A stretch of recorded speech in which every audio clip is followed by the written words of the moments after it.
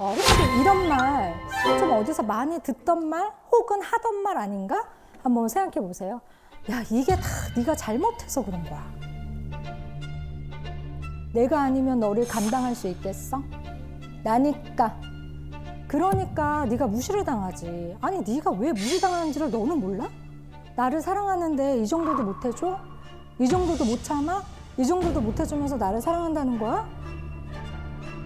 그런 옷차림 싫다고 했잖아. 그거 입지 마. 그렇게 입고 다니지 말라고. 이게 다 너를 사랑해서 하는 말이야. 이거 무슨 말이냐면 한국 데이트 폭력 연구소에서 데이트 폭력 언어를 모아놓은 거야.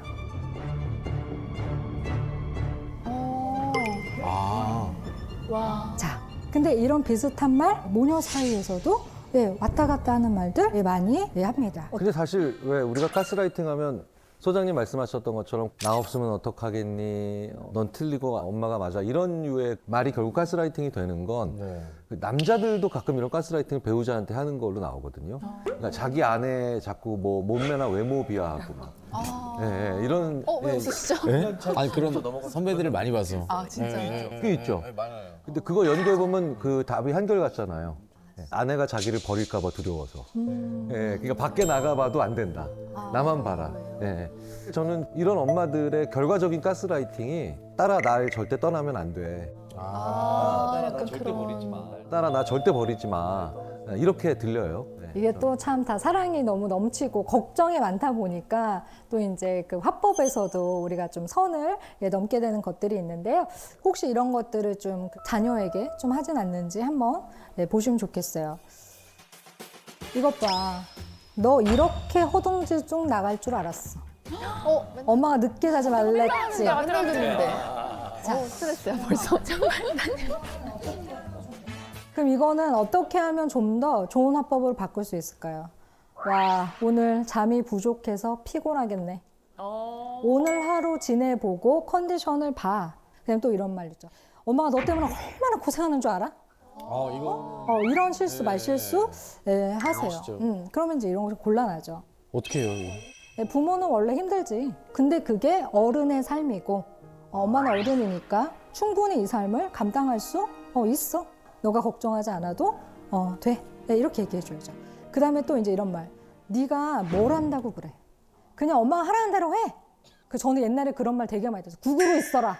구구로 있어요? 국으로 있어. 옛날 할머니들이 되게 많이. 구구로 있어 그게 뭐예요? 가만히 있으라고 아시는 분들 있을 거예요. 가만히 있어. 이런 국으로 말들. 있어. 할머니들이 되게 많이 쓰던 말 이런 거야. 그럼 이럴 때 네가 뭘 한다고 그래? 엄마가 하라는 대로 해. 이런 말 어떻게 바꿀 수 있을까요? 엄마 생각은 이래.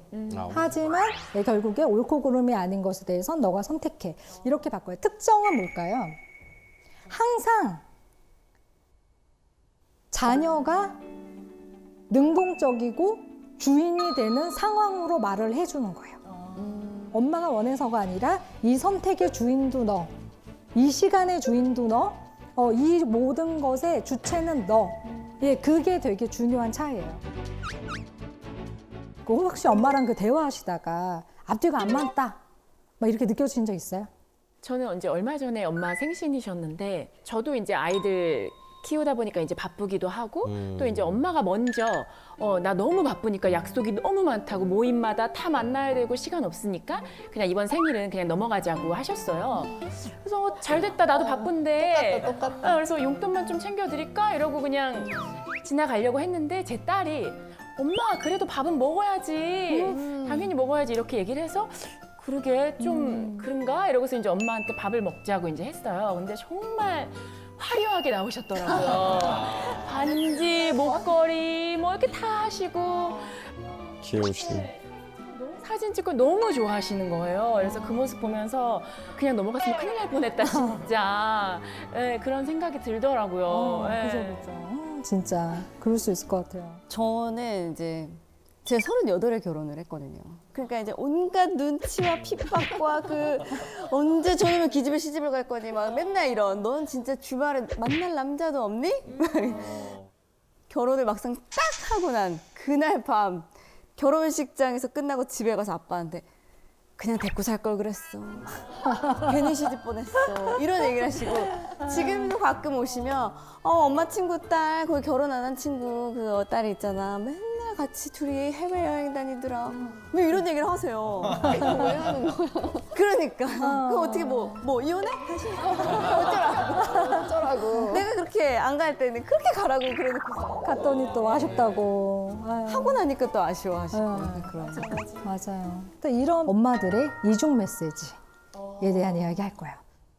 엄마들의 이중 메시지 중 대표적인 거는 약간 이런 상황들이 있는 것 같아요. 그러니까 엄마 보니까 엄마 요즘 영 기분이 아닌 것 같아.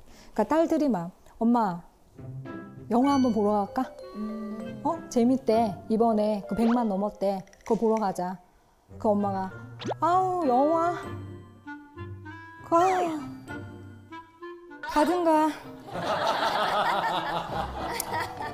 가든가 말든가 무릎이 아파서. 그런데 이미 신발은 신고서는 현관에 왔어요. 일단 이게 이중 메시지 시작이죠. 그럼 참 희한한 게 드라마보다 더 드라마 같은 게 참 인생이라고. 꼭 그 극장 같은 데 가면요, 동네에서 딸이 없고 아들만 있는 또 엄마 친구들이 자기네끼리 또 영화를 보러 오는 것을 또 거기서 또 기가 막히게 만나는 경우가 있어요. 그럼 또 그 엄마들이 어머 딸이랑 왔어. 그럼 이때 진짜 국룰처럼 하는 말이 있어요. 세상에 이래서 여자는 딸이 있어야 돼. 그걸 나한테 했어.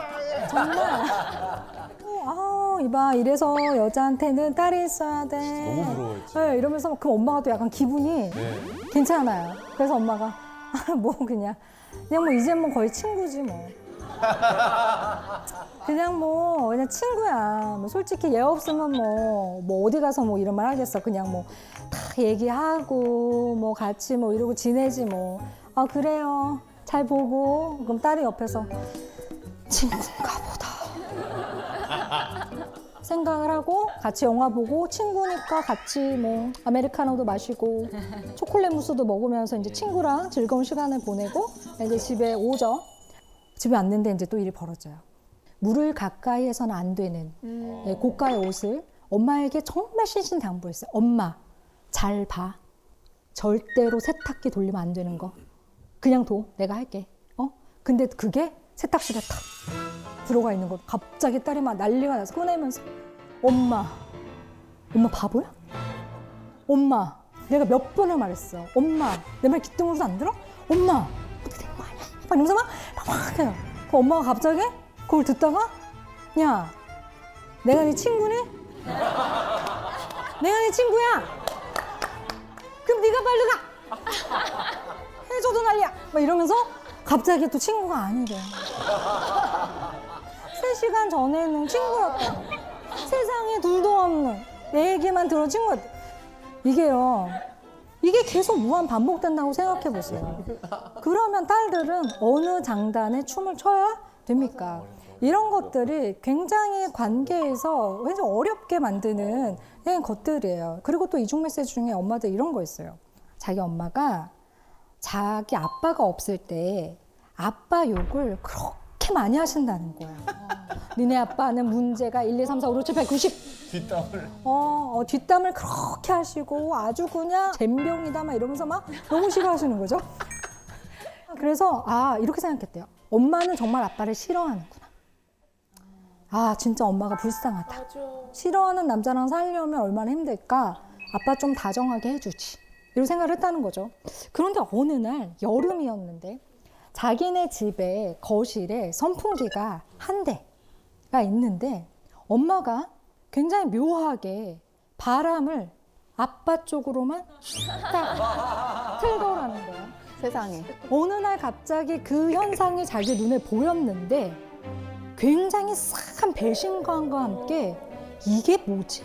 이런 느낌이 들었다는 거죠. 그래서 자기가 아무렇지도 않은 것처럼 약간 베란다에 나가는 것처럼 움직이면서 선풍기 바람을 탁 틀었다는 거예요. 허벅지로. 엄마가 어떡하나 보려고. 그랬더니 또 엄마가 이렇게 모래 짚는 것처럼 자연스럽게 일어나더니 선풍기 바람을 또 아빠 쪽으로 탁 틀더라는 거예요. 너무 닮았다. 와. 그때 자기가 느낀 배신감, 이 황당함이 정말 이루 말할 수 없었다는 거예요. 여러분, 여름에 선풍기 바람 주면 다 준 거 아니에요? 정말 다 준 거 아니에요? 사랑. 온 마음, 모든 사랑을 다 그에게 바친 거 아니에요? 그런데 왜 아빠가 없을 땐 딸한테 욕하냐고. 궁금하다. 아빠에게 받고 싶은 애정에 대한 욕구에 대한 결핍의 분노를 그냥 딸에게 쏟아내는 것 뿐이죠. 실제로 싫어서가 아니라. 그럼 안 되는데. 근데 왜 딸들이 그런 역할을 해야 돼요? 이런 이중 메시지 딸들한테 굉장히 힘들어합니다. 이거 제발 그 엄마들 또 아빠들도 마찬가지지만 절대로 자녀에게 배우자 욕을 하는 거는 아니에요. 제발 그 아빠요, 엄마요 하지 않으셔야 되죠. 이제 엄마들의 이중 메시지는 결국 이런 것이죠. 엄마도 이제 완전체는 아니잖아요. 그렇기 때문에 미연의 존재인 거니까 자기 안에서 뭔가 소화되지 않거나 내재되어 있는 갈등이 있는데 이게 이제 정리되지 않을 때 이렇게 김새듯이 이렇게 나오는 거예요. 그래서 내적 갈등들이 그냥 이렇게 산발적으로 이렇게 이제 나오는 거죠. 하지만 우리가 이렇게만 해주면 돼요. 딸들이 만약에 이렇게 얘기할 때 있잖아요. 엄마, 근데 왜 엄마 이랬다 저랬다 해? 이렇게 얘기를 할 때 뭐를 이랬다 저랬다 해. 뭐를. 엄마는 항시 똑같은데. 항시 지지라고 네 앞에서. 진실하고. 엄마는 방향이 딱 하나야. 우리 딸이 잘 살고 행복하고. 이제 그렇게 하시지 말고 그냥 인정하는 말만 해도 되는 거죠. 야, 맞아. 왔다 갔다 하지. 아유, 정신이 없어. 근데 나도 뭐 생각이 왔다 갔다 바뀔 때가 많어. 나도 좀 헷갈리기는 해서 그래 라고 하는 순간 이중 메시지가 통합되는 거죠. 이제 그거 자체가 벌써 상대방이 받는 스트레스를 이제 쫙 내려갈 수 있는 것이죠. 마지막으로 되게 중요한 거 K장녀. 파트예요. 이게 참 장녀들이 그냥 이렇게 있는 것 같지만 정말로 우리나라에서는 그 K장녀라는 게 괜히 붙은 게 아니거든요. 첫 번째 뭐냐면 부모로서의 자질을 많이 갖추게 돼요. 장녀들에겐 엄마가 없을 땐 네가 엄마야. 이런 말. 엄마가 없으면 얘도 엄마 없는 큰애죠. 근데 동생 밥 차려줘, 오빠 밥 차려줘, 아빠 식사하셨는지 잘 봐. 이런 식으로 약간 밥 담당이라고 생각하지만 한번 생각해 보면 우리가 보통은 양육이라는 건 연장자가 밑에 사람을 챙기는 게 양육이잖아요. 그죠? 그럼 만약 오빠가 중학생이고 여자애가 초등학생이면 연장자인 오빠가 초등학생을 케어하는 것이 원래 순서고 아빠가 계시다면 아빠가 미성년 자녀들의 식사를 잘 케어하는 게 원래 맞는 건데 아빠가 그렇게 하려고 해도 엄마가 먼저 오케이 장녀에게 너가 식사 좀 잘 챙겨 이런 발언이 먼저 나온다면 역할이 아빠에게로 가기 전에 딸에게 먼저 이제 배분되고 끝나버릴 수도 있는 것. 아주 자연스럽게. 그래서 엄마들이 그런 얘기를 하는 거예요. 그 뭐 강의 봤어요. 근데 반성했어. 내가 그랬어. 우리 딸이 5살이잖아. 근데 내가 7살 오빠 시리얼 먹이라 그러고 나갔잖아. 아우 내가 무슨 짓을 한 건지 알았어. 안 그래 다시는 안 그래. 이런 게 그냥 자연스럽게 너무나 내재화돼가지고 5살 딸 깨우면서 시아야 엄마 나갈 거야. 오빠 일어나면 시리얼 먹여?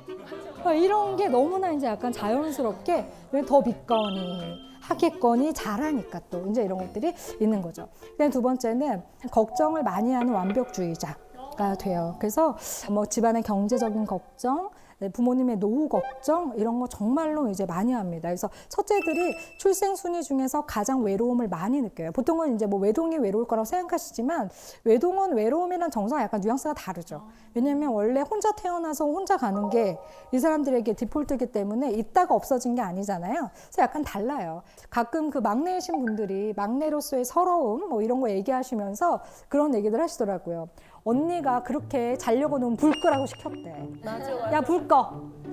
야, 불 꺼. 막 이랬다는 거예요. 그러면서 너무 그게 싫었고 평생 외로웠다, 막 힘들었다 이런 얘기를 하시는 거예요. 맞아, 있더라. 제가 정말 그런 막내분들에게 얘기하고 싶어요. 여러분은 방불을 껐죠? 언니는 평생 집안에 큰 불을 끄면서 살아왔어요. 집안의 크고 작은 불들을 부모님과 함께 끄면서 살아온 사람들이 제3의 부모 역할을 한 사람들이 K장녀 언니들이에요. 가만히 보면 K장녀들은 굉장히 그 약간 만렙 비서실장 이런 느낌 들 때 되게 많은데요. 예를 들어서 뭐 엄마가 갑자기 수술을 하신다. 그러면 큰 언니들은 굉장히 차분하죠.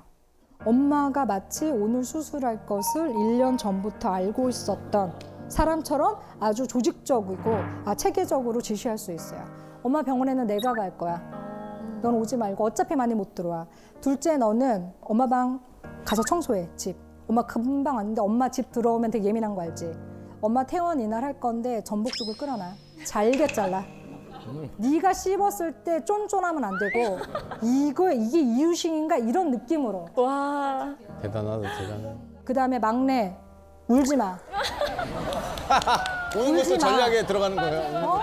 엄마 안 돌아가셔. 울지 마. 정신 없어. 와, 어떻게 울지 말고 너는 그날 차를 가져오라고. 차를 가져오는데 여기가 딱 30분밖에 안 돼. 언니가 전화하면 딱 받는데 무음으로 해놓지 마. 진동으로 해놓지 말고 소리로 켜놔. 내가 정확한 시간에 너한테 전화하면 딱 받아서 딱 오라고. 그러면 내가 딱 태워서 갈 테니까. 알았어? 이것만 해. 네, 이렇게 하는 거야. 너무 신기해. 네, 그런 저 그래요. 저 그렇게 하시죠. 그렇게 네, 모든 디테일을 가지시는.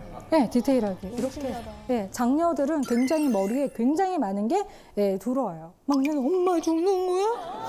엄마 울지 마. 엄마 영상 통화 한 번만 하자. 막 이러지만 언니는 지금 그래서 제가 어디서 들은 얘기인데 그 엄마 그 부모님 장례식장에서 우는 장녀들이 별로 없다고 하더라고요. 네.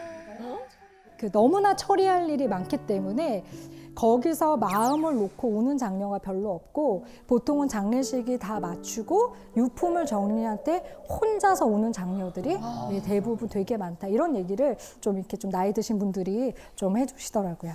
자, 그다음에 또 K 장녀들은 아주 솔직하고 올바른 의견 제시를 되게 잘해요.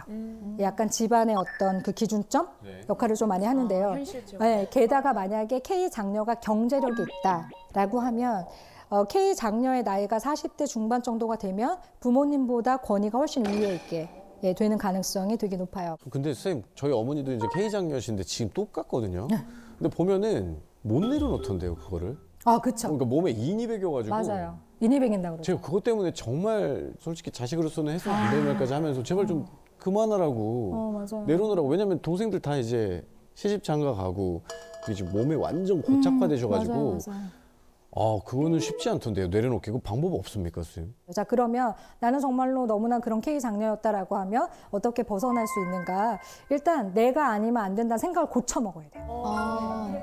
그리고 동생들한테 일 던져야 돼요. 동생들 지금 3살 아니잖아요. 동생들도 다 40, 50 이렇잖아요. 성인이잖아요. 당연히 다 할 수 있어요. 그래서 동생들의 기능을 끌어올려야 되고 던지고 그냥 탁. 어렵다.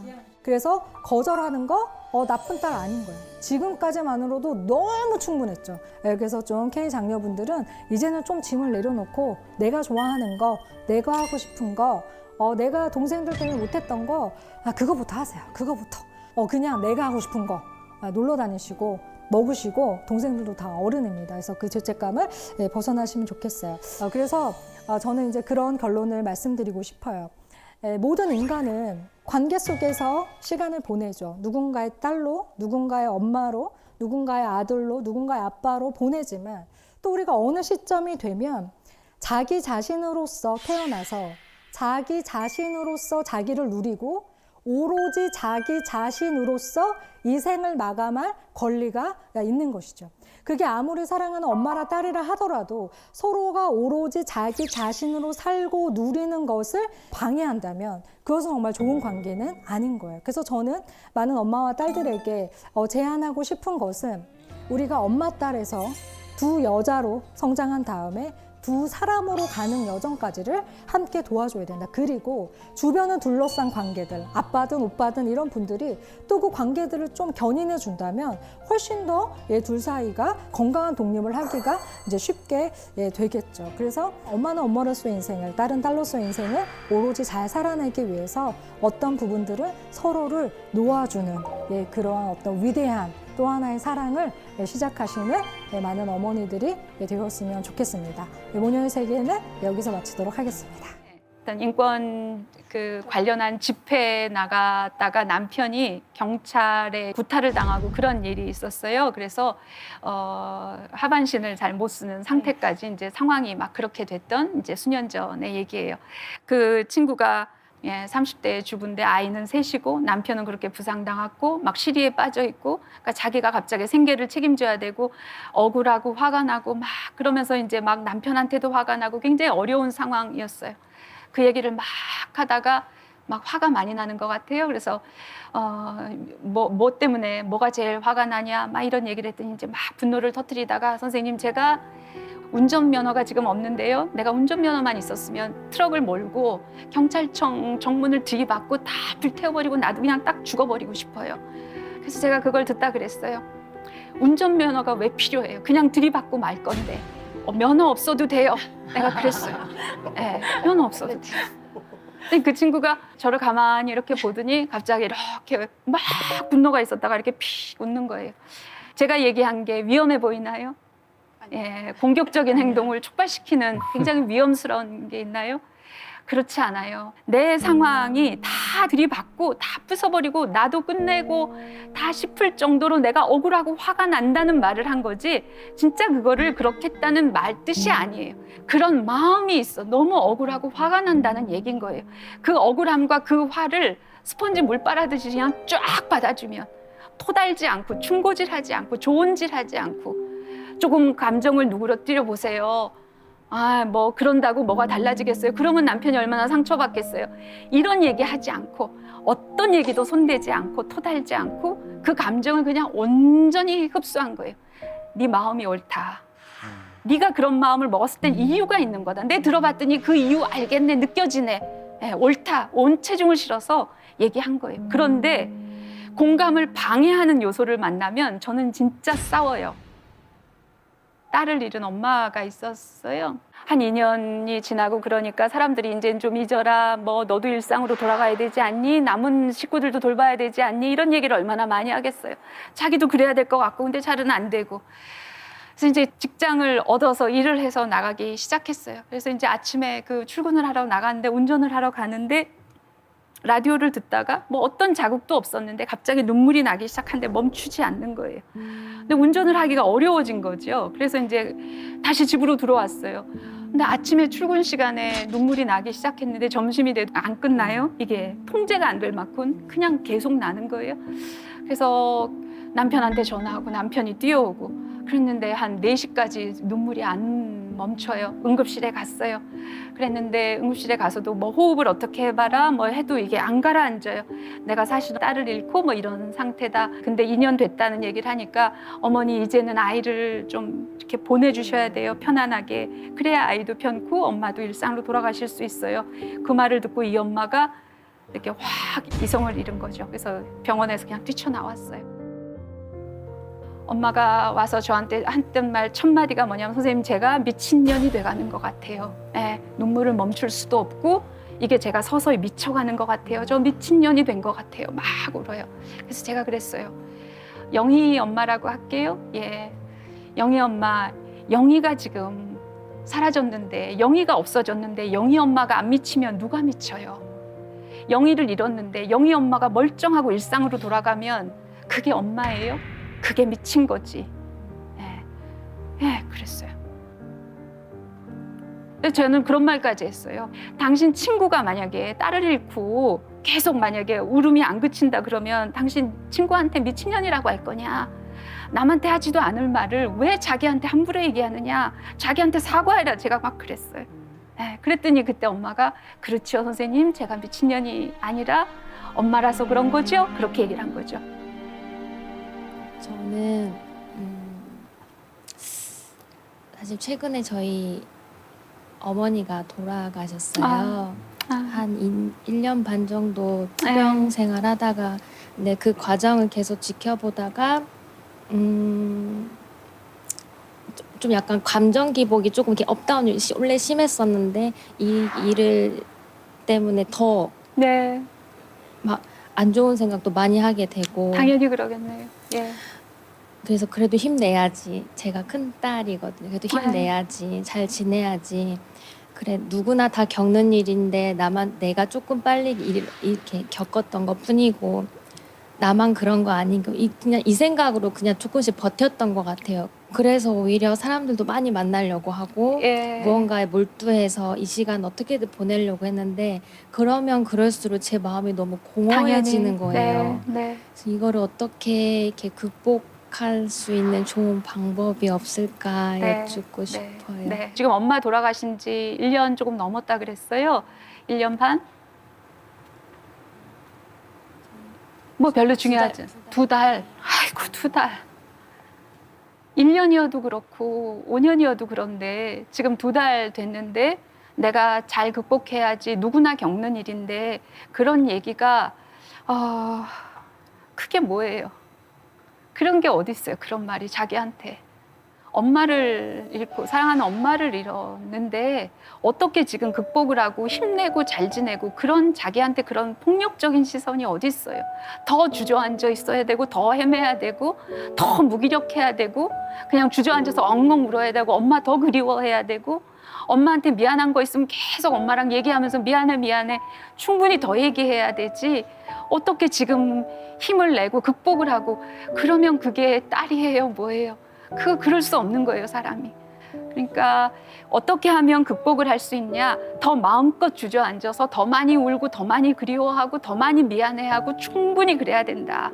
그러면 원래대로 다시 어느 시간이 되면 다시 뚜벅뚜벅 일어나서 근근히 죽 먹고 밥 먹고 하듯이 그렇게 서서히 그렇게 되게 되는 것이지요. 엎어치기 한 판으로 내 감정을 이렇게 뒤엎으려고 하지 마세요. 예, 충분히 주저앉아 있으면 저절로 일어서게 됩니다. 그걸 믿으셔야 돼요. 제가 어렸을 때 가족들의 어떤 결정으로 상처를 입은 경험이 있는데요. 그래서 어떤 것일까요, 혹시? 예, 말하기가 괜찮으시면. 독신으로 사시는 고모님이 계셨는데 네. 부모님이 결혼하실 쯤에 이제 아이를 낳으면 한 명 이제 입양 보내달라고 그렇게 말씀하셨었나 봐요. 근데 부모님이 이제 저를 고모 댁으로 보내신 거예요. 그래서 한 2년 정도 부모님하고 따로 산 기억이 있는데요.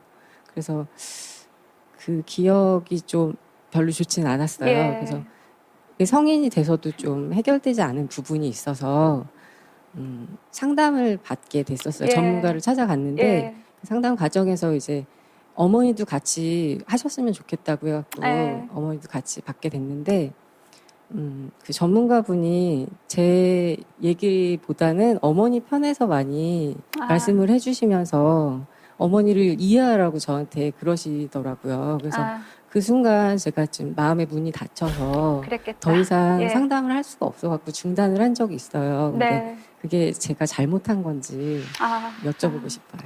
그럴 때 이유가 그 마음의 문이 닫힌 건 이유가 있었을 거고요. 그걸 내가 잘했나 잘못했냐 마음은 항상 오르니까 잘못한 거 당연히 아니죠. 가끔 그런 경우 있어요. 저렇게 형제가 몇인데 맞벌이를 하거나 그래서 다 보기가 어려우니까 형제 중에 한 명은 뭐 이렇게 아까 고모네 집 이럴 수도 있고 또 뭐 이렇게 보내서 할머니한테 보내기도 하고 그렇죠. 그런 경험을 한 사람들이 나중에 어떤 얘기들을 공통적으로 하냐면 왜 나였을까? 왜 나였을까? 그 존재 자체에 대한 거죠. 그 이후에 뭐 상처를 이렇게 받았다 저렇게 받았다 이런 얘기가 아니고 왜 여러 형제 중에 나였을까? 그것이 사실은 존재 자체에 대한 어떤 생채기를 내는 것이어서 설명할 수 없는 상처가 있어요. 그거는 엄마도 그것은 아셔야 되고 받아들여야 되고 내가 의도한 상처는 아니고 여러 가지 뭐 정황이나 뭐 이런 게 있었을 수는 있으나 그것과 별개로 내가 내 아이의 어떤 존재 자체에 대한 그런 어떤 깊은 상처를 줬다는 것은 사실은 엄마가 인정해야 되고요. 그래서 엄마를 이해하라라고 만약에 들으셨다면 그것은 되게 가혹한 얘기다. 그리고 그때 마음이 다친 것은 자기 보호를 위한 최소한의 그런 방법인 거다. 잘하셨다. 그 상황에서 더 계속 그렇게 됐으면 더 상처받았을 거예요. 예. 잘하셨어요. 잘하셨어요. 예. 저는 지금 현재 경기도 안산에서 네, 입사한 지 3개월 차 신입사원이고요. 네. 하루 24시간이라는 그 한계라는 그 벽에 좀 부딪히며 살고 있어요.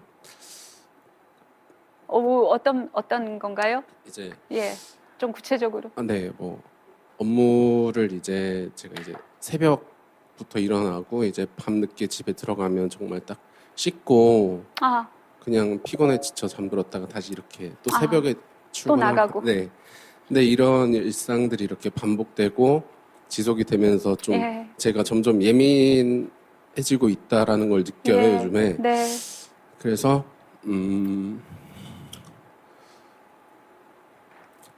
그 부모님이나 이제 여자친구와의 관계에서 이제 생길 수 있는 그 오해들이 있을 수 있잖아요. 네. 근데 그 오해로 인해서 이제 다툴 때마다 제가 신경질을 내고 그러고 나면 이제 아, 왜 그랬지?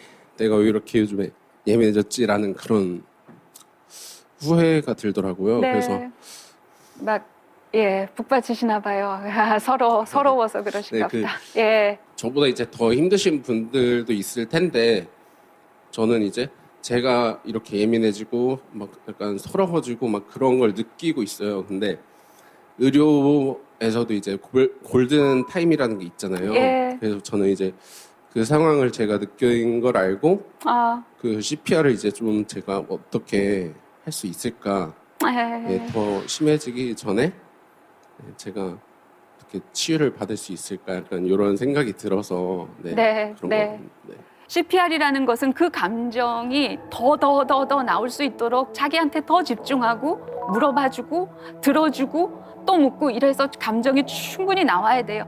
그러면 멎었던 심장이 계속 이렇게 심장을 압박하면 맥이 이렇게 돌아오는 소리가 들리듯이 예, 내 감정, 느낌에 계속 집중해서 들어주고 그러면서 나의 핵심에 주목하다 보면 예, 이렇게 살아나는 소리가 들려요. 예, 그게 CPR이에요. 근데 이제 그렇게 못하는 것 중에 첫 번째 걸림돌이 지금 말씀에서 느껴지기는 나보다 더 어려운 일을 겪으신 분이 많겠지만 이렇게 단서를 달았어요.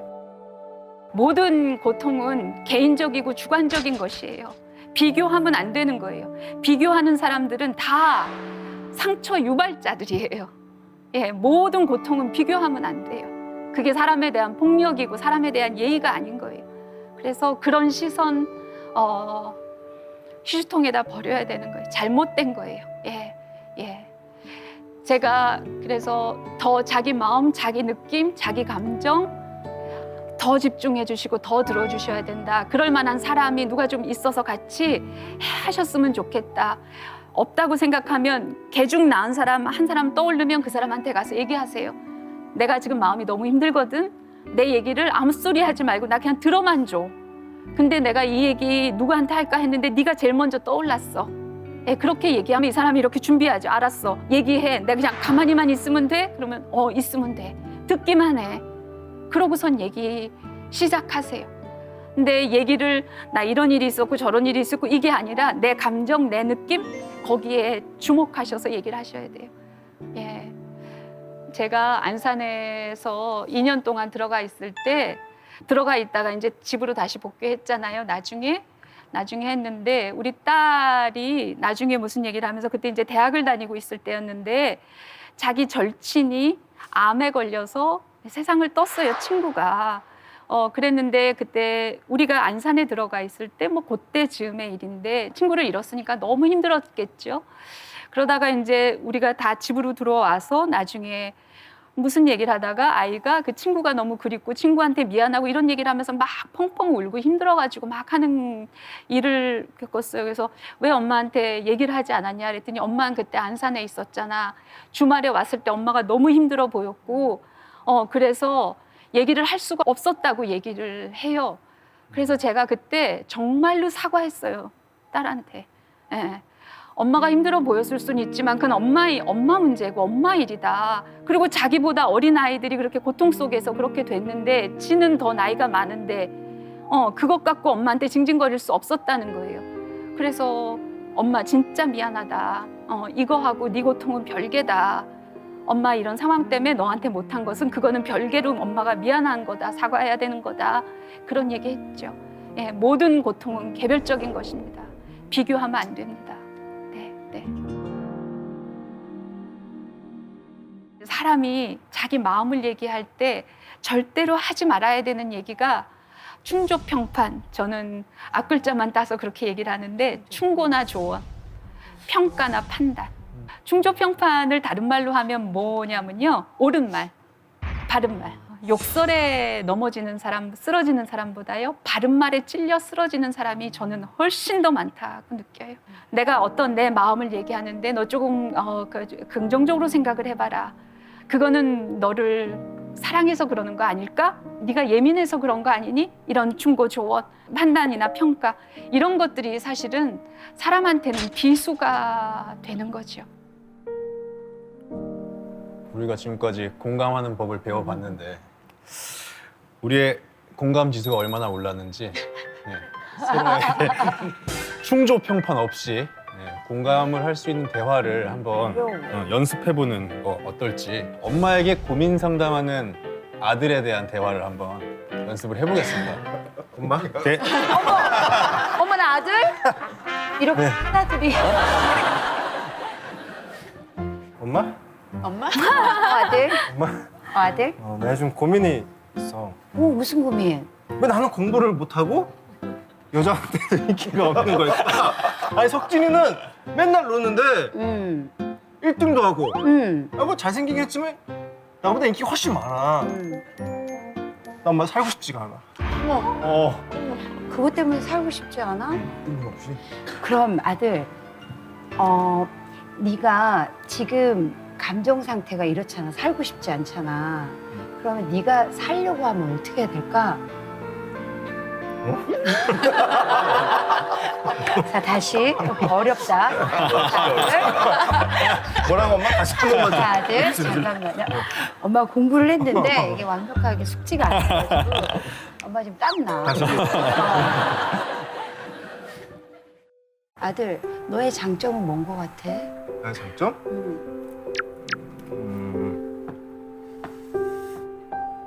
엄마 뭐라고 생각해?